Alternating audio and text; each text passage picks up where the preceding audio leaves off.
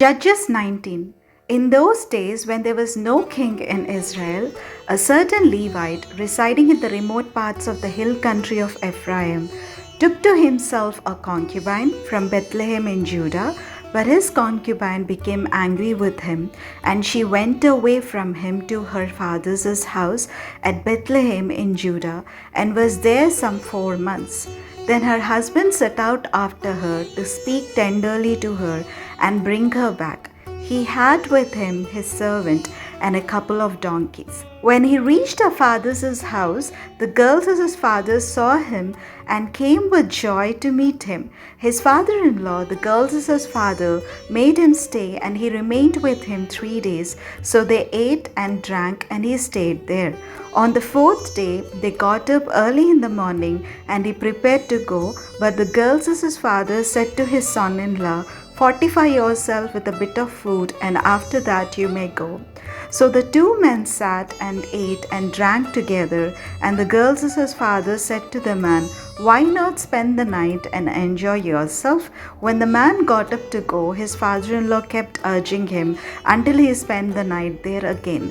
On the 5th day he got up early in the morning to leave, and the girls of his father said, "Fortify yourself." So they lingered until the day declined, and the 2 of them ate and drank. When the man with his concubine and his servant got up to leave, his father-in-law, the girls of his father, said to him, "Look, the day has worn on until it is almost evening. Spend the night. See, the day has drawn to a close. Spend the night here and enjoy yourself. Tomorrow you can get up early in the morning for your journey and go home." But the man would not spend the night. He got up and departed and arrived opposite Jebus, that is Jerusalem. He had with him a couple of saddled donkeys, and his concubine was with him. When they were near Jebus, the day was far spent, and the servant said to his master, "Come now, let us turn aside to the city of the Jebusites and spend the night in it." But his master said to him, "We will not turn aside into a city of foreigners who do not belong to the people of Israel, but we will continue on to Gibeah." Then he said to his servant, "Come, let us try to reach one of these places and spend the night at Gibeah or at Ramah."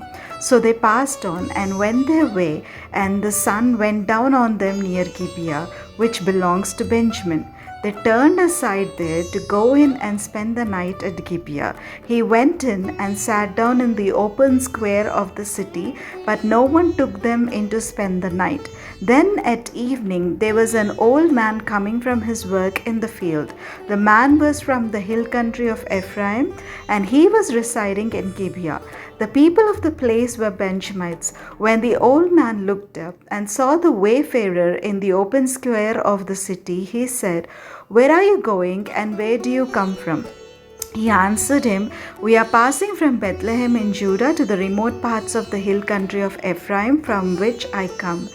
I went to Bethlehem in Judah, and I am going to my home. Nobody has offered to take me in. We, your servants, have straw and fodder for our donkeys, with bread and wine for me, and the women and the young man along with us. We need nothing more." The old man said, "Peace be to you.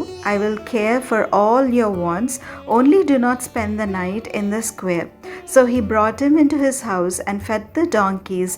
They washed their feet and ate and drank. While they were enjoying themselves, the men of the city, a perverse lot, surrounded the house and started pounding on the door. They said to the old man, "The master of the house, bring out the man who came into your house, so that we may have intercourse with him."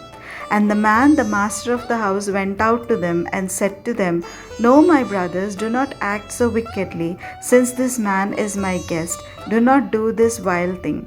Here are my virgin daughter and his concubine. Let me bring them out now.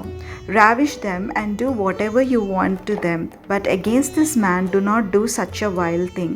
But the men would not listen to him.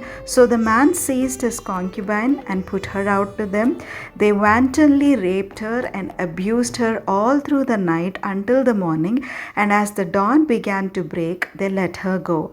As morning appeared, the woman came and fell down at the door of the man's house where her master was until it was light.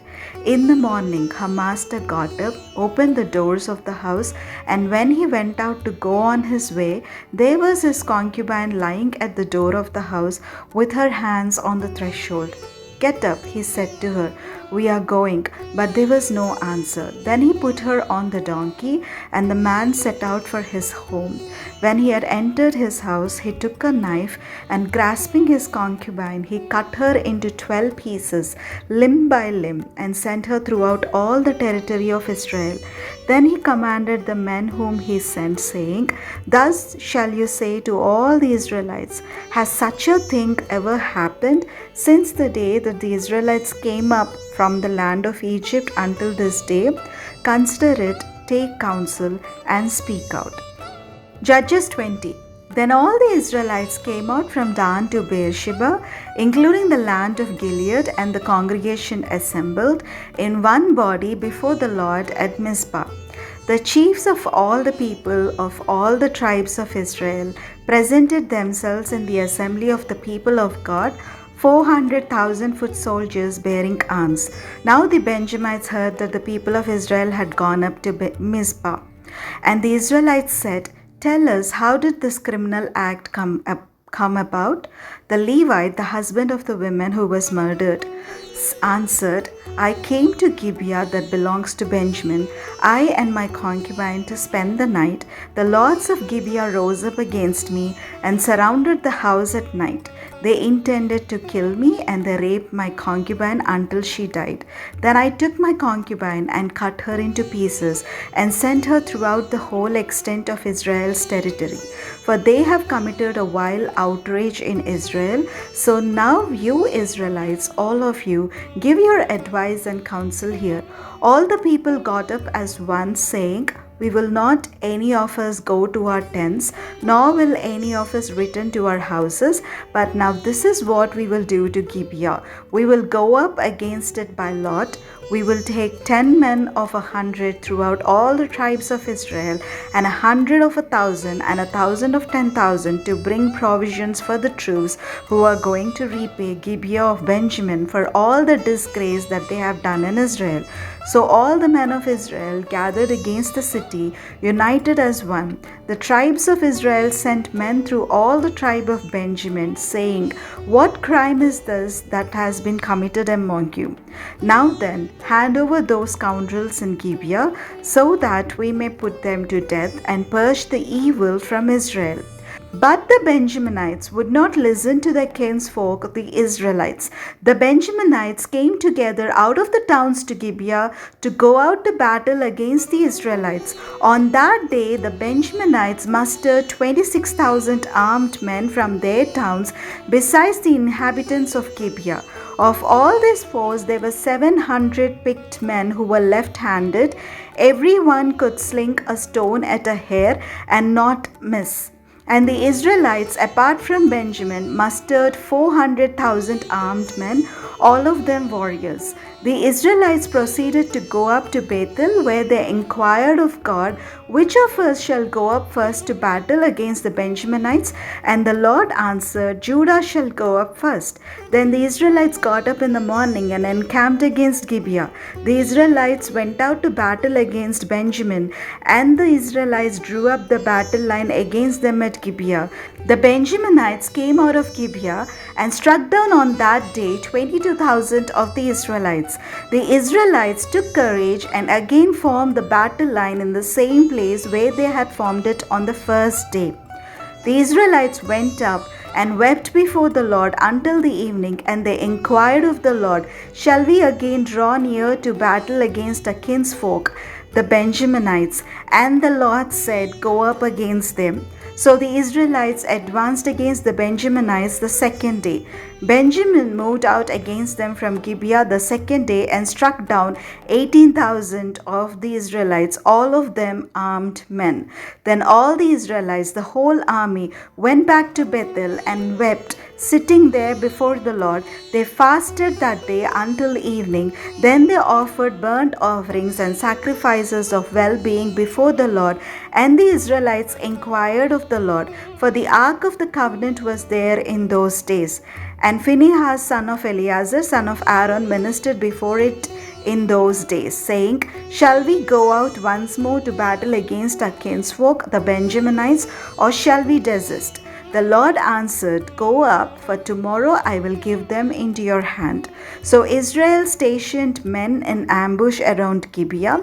Then the Israelites went up against the Benjaminites on the third day and set themselves in array against Gibeah as before. When the Benjaminites went out against the army, they were drawn away from the city.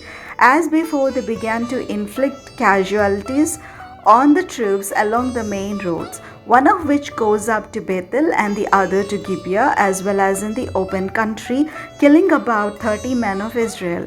The Benjaminites thought, They are being routed before us as previously, but the Israelites said, Let us retreat and draw them away from the city toward the roads. The main body of the Israelites drew back its battle line to Baal-Tamar, while those Israelites who were in ambush rushed out of their place west of Geba. There came against Gibeah 10,000 picked men out of all Israel, and the battle was fierce. But the Benjaminites did not realize that disaster was close upon them. The Lord defeated Benjamin before Israel, and the Israelites destroyed 25,100 men of Benjamin that day, all of them armed. Then the Benjaminites saw that they were defeated. The Israelites gave ground to Benjamin because they trusted to the troops in ambush that they had stationed against Gibeah. The troops in ambush rushed quickly upon Gibeah. Then they put the whole city to the sword. Now the agreement between the main body of Israel and the men in ambush was that when they sent up a cloud of smoke out of the city, the main body of Israel should turn in battle.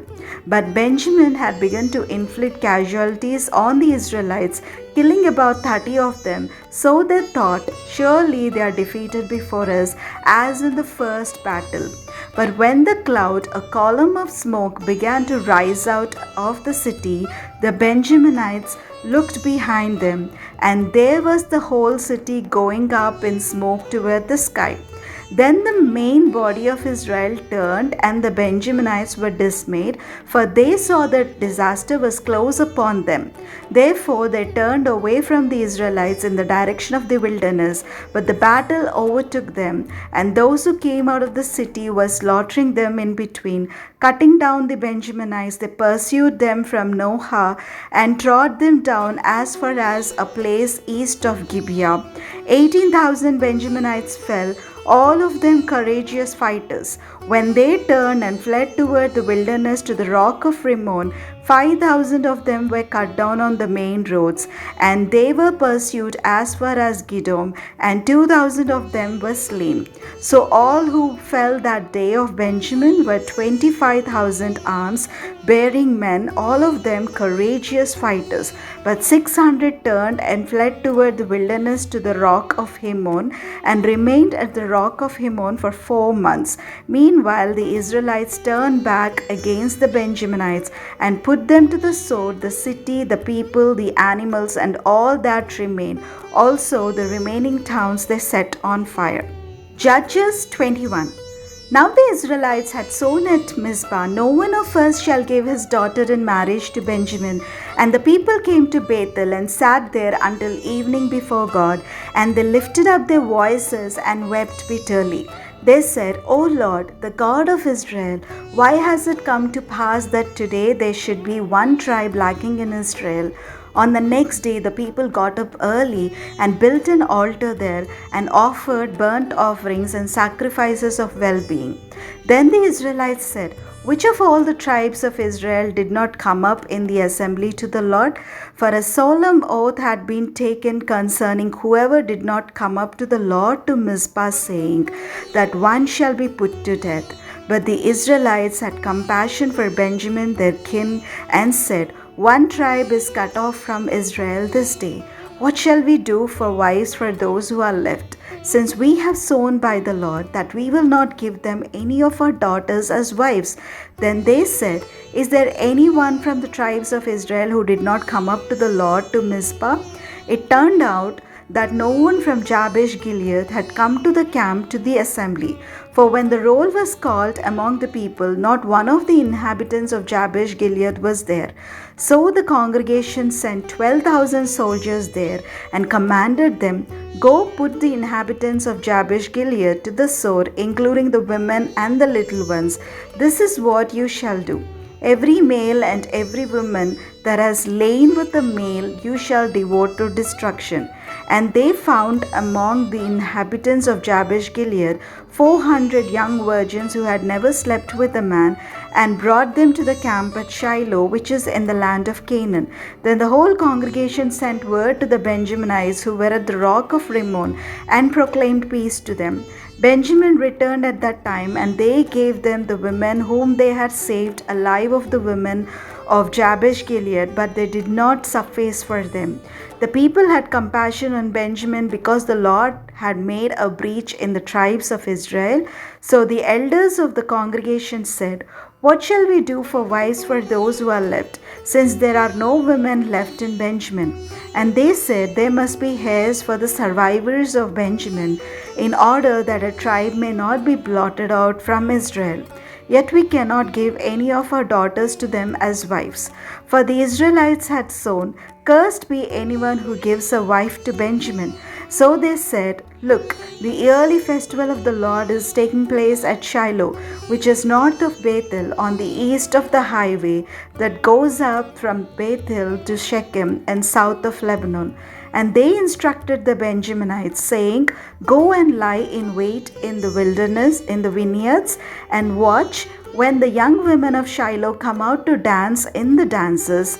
Then come out of the vineyards, and each of you carry off a wife for himself from the young women of Shiloh, and go to the land of Benjamin.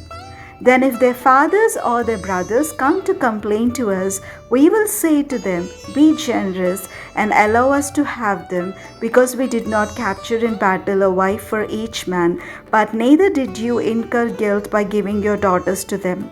The Benjaminites did so. They took wives for each of them from the dancers whom they abducted. Then they went and returned to their territory and rebuilt the towns and lived in them. So the Israelites departed from there at the time by tribes and families, and they went out from there to their own territories. In those days there was no king in Israel. All the people did what was right in their own eyes.